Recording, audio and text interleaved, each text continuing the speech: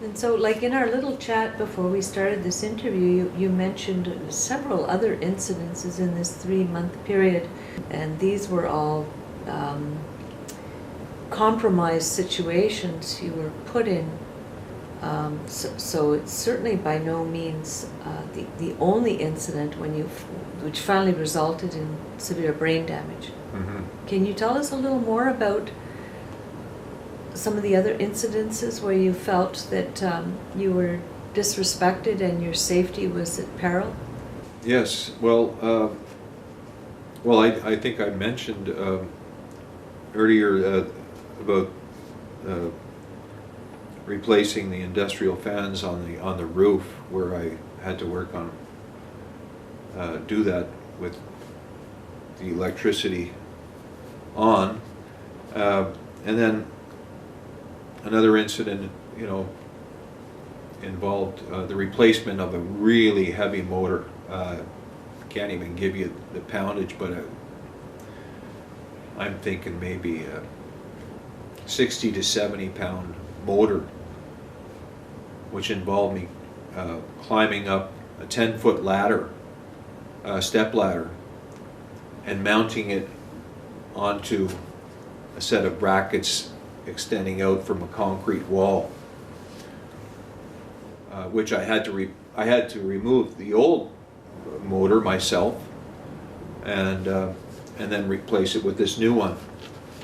Well, it's a two-man operation at the least, because if you have a 60-pound motor in your hand and you have to reach out like this and put it on a mount, well, just imagine you're 10 feet up on a ladder and you reach out with a 60-pound object in your hand. What happens is that naturally the motor is going to try to bring you down. So it was a very, very delicate operation where... Was there a shortage of labor to give you a hand in a... No, it was just, like it was part of his whole theme to try to make me fail. So there was always a risk. There seemed to be a risk every couple of days. I'd be in a situation of great compromise to my safety. But I remember thinking, oh my God. And it was just, I just heaved it up like this, put it on the mount, knowing that if I held my arms out there too long, the whole ladder's going down, and I crushed my finger in the process. So, but that was just one small incident compared to others, Yeah, and then you talked about massive cooling units for the refrigeration system and dealing with a high-powered air compressor. Yeah. And dust or debris. Tell us about that.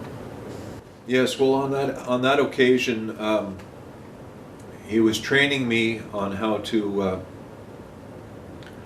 blow out the cooling units for the refrigeration system used in the kitchens of the hotel. And so they were down in the basement. They're massive cooling units, big industrial cooling units with these massive fans. And they probably hadn't been cleaned since the building was constructed, Hampton Inn. And so he got a hold of a high-powered air compressor,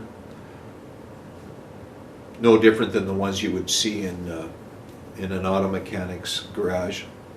And so he said, okay, so he positioned himself behind this one unit, this big massive unit, and put his goggles on and his face mask and so forth, and he placed my goggles and face mask near him, and he says, okay, come on here, I'm going to show you how to do this. And so I had to, in order to get into this little space in there, I had to crawl under some steel bars and so forth. And just as I was coming out and facing the units, he had the hose in his hand, this high-powered air hose in his hand, and he shot the air through the cooling unit. And I was struck by massive amounts of debris. Like, it felt like getting hit with sand at high power, and it was going into my eyes, and it was just, it was traumatizing. And you know, within seconds you couldn't even see 6 inches in front of you. We were just that covered with dust and debris and so forth. But I would remember thinking, my goodness, I had all these sharp objects hitting me right in the eyes, and you're thinking, well, he could have just taken my eye out just like that. Well, you mentioned a mask and goggles. How come you weren't wearing them? Oh, he thought it would be a funny joke for me to, you know, just rise up and get a big face full of debris right in the face, just like that. So I didn't have a chance to put my goggles on, or my mask. And then there was just the regular maintenance tasks that were insanely dangerous, that I had to deal with no training, no safety measures whatsoever. And one of them involved going into a mechanical room where there were several boilers, heating boilers to heat the entire complex, frankly, or at least in this case half of the complex. And 2 of the boilers were situated right near the door, and there was only one door to this room. There was no safety exit of any sort, so it's one door in, one door out. And so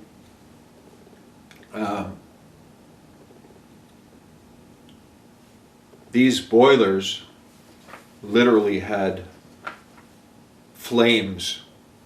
I'm guessing it was a rectangle of flames, open flames.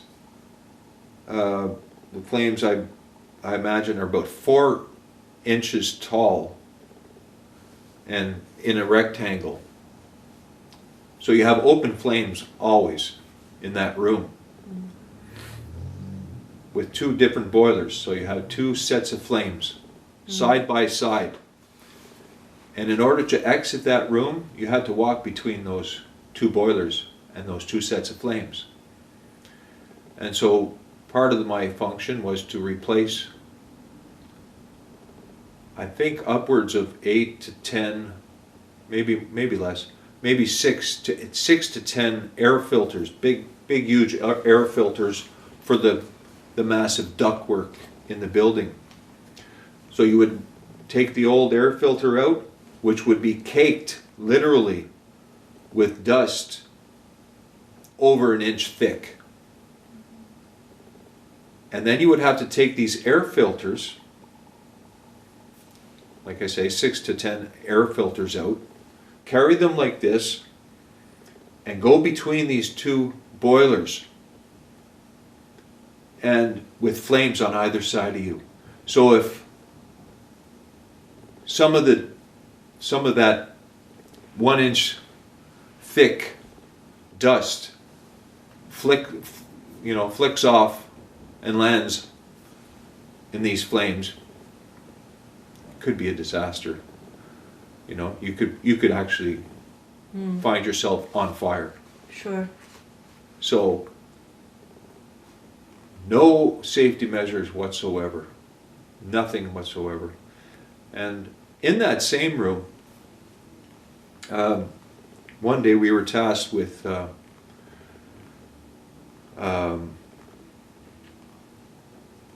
draining the antifreeze from the heating system, the heating air conditioning system for the winter. Well, that's a very specialized operation. You need to use pumps to pump the system out and everything else. And he decides rather than hire the expert to do that, he's going to get his son and myself to do it. Well, neither of us, well, I have never done it, and apparently his son has never done it. So I was to take instructions from his son, who was supposed to be experienced. Little did I know, he didn't know what the hell he was doing. And so in the middle of the process, the hose,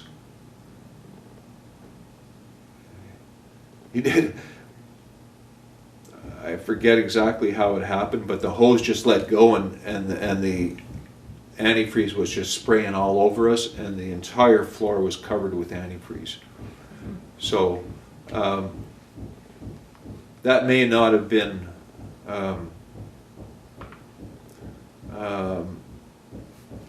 you might not consider that a real safety hazard. Well, in comparison to some of the things that I just previously mentioned. But we're talking about a boiler room. We're talking about open flames. You know, we're talking about chemicals. We're talking about antifreeze all over the floor where you could slip and fall and bang your head against. So that's just one other incident. Okay, so Alan, if I understand you correctly, it appears as though a lot of safety protocol and procedures were completely breached, or at the very least ignored out of a large degree of incompetency. Would that be fair to say? I would go so far as to say beyond incompetency, there was a deliberate attempt to show incompetence on my part, and part of that would mean to put me in safety compromised positions. Okay, and speaking of that, tell us this final incident of being in a skyjack, and what exactly happened there. Yes, I'm glad you mentioned that. I'm glad you reminded me, because even though I have my notes in front of me, it just slipped my mind. It was actually quite alarming. Right near the end of my 3-month probationary period, I had mentioned to him on one occasion that I do have a fear of heights. And his response was, "Well, you should have told me about that. I wouldn't have hired you." And I thought, all right, he's still looking to try to find a way to get rid of me so that he could put his son in that supervisory position, And anyway, he took that opportunity to put a little fear in me, I think. So it was just within a couple of days of my divulging this fear of heights that I get a call from a coworker saying, "Yeah, Alan, Jean-Louis wants me to show you how to use the skyjack," which is like a scissor lift. You've seen the scissor lifts on construction sites that raise people in the air to do different things.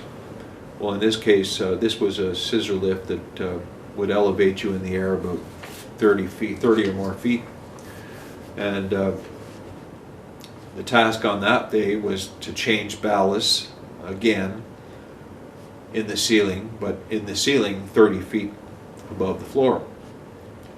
And I was going to be the one operating this skyjack. Little did I know at the time that you require a license to drive these skyjacks, or at least training. Anyway, we walked into the conference hall where this 30-foot high ceiling was, and there was a skyjack, and he informed me, he says, yeah, there's some burnt out fluorescent lights up there in the ceiling.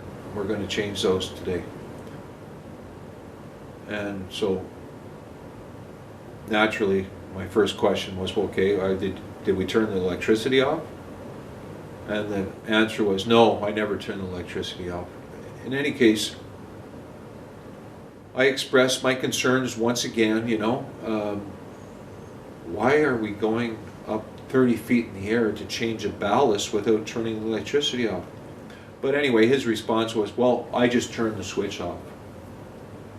But I know from experience that turning a switch off doesn't mean there is still going to be a live wire up there. So if you touch the wrong one. But I figured, okay, maybe he has more experience than me at these things. Maybe he knows something I don't know, and he's going to show me when we get up there. Well, nothing of the sort. So we strap on our harnesses, we hop onto that skyjack, scissor lift, and he gives me instructions on how to operate this thing. Steer it, raise it up in the air. I think the instructions lasted about 20 seconds, and there I was operating the skyjack and steering it and raising it up in the air at the same time towards this fluorescent light that was burnt out. And I was nervous, very nervous. And I remember even thinking, okay, I'm strapped in, I have my harness on and it's hooked onto the railing. He's got his harness on, but he ain't hooked up to nothing, so I'm wondering, what's this about, What kind of training are we getting here, Mm-hmm. But anyway, we get up there, we remove the ceiling tile, we're 30 feet in the air. I have a fear of heights, and if anybody who has a fear of heights knows that, yes, you can get used to heights, but it takes time. So the worst thing to do is to just go full throttle and just put this guy in charge of steering a foreign vehicle, raising it up in the air and aiming for this fluorescent light up 30 feet in the air. Mm. And so, yeah, nervous, oh yeah. But you have to try to put on a brave face, and you do. And then I realized soon afterwards, this guy has no experience removing a ballast. I'm looking at the ballast and I'm looking at my tools that we brought with us. We don't have the proper tools. None of our tools are going to take those wires out. They've got Allen keys or whatever I can't remember at this point what they were, but we couldn't even take the wires out. And he's trying. Yes. And it was so amateurish. You're trying to remove wires that could be live. You could be getting 440 volts going through your body at 30 feet above the floor. And so, yeah, that was pretty disturbing, actually. And so, just another example of total carelessness and no consideration for human, for safety and just